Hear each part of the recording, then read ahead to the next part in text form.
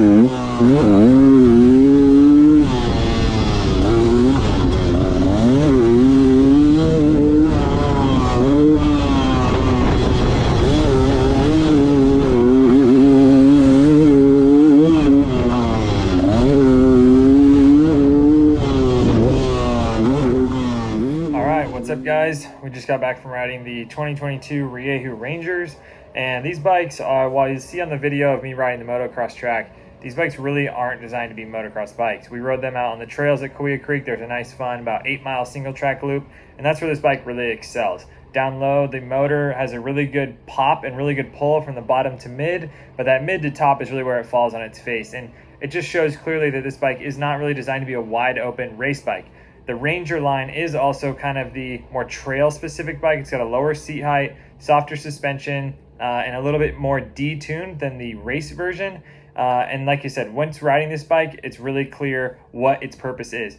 Now granted, it was super fun out on the trails, and I could see riding this bike up in the mountains or in some tight single track where this bike would really excel, but out on the motocross track, not so much. Anyways, still a great time riding. Super fun to get this bike and spend some laps on it, just to ride everything, see what's new, see what feels good, and have some fun on any kind of riding bike. Thanks to Climb for setting us up with some new gear, and as always, be sure to check out the Cycle News magazine where we have a full test on these two bikes. Thanks guys, catch you later.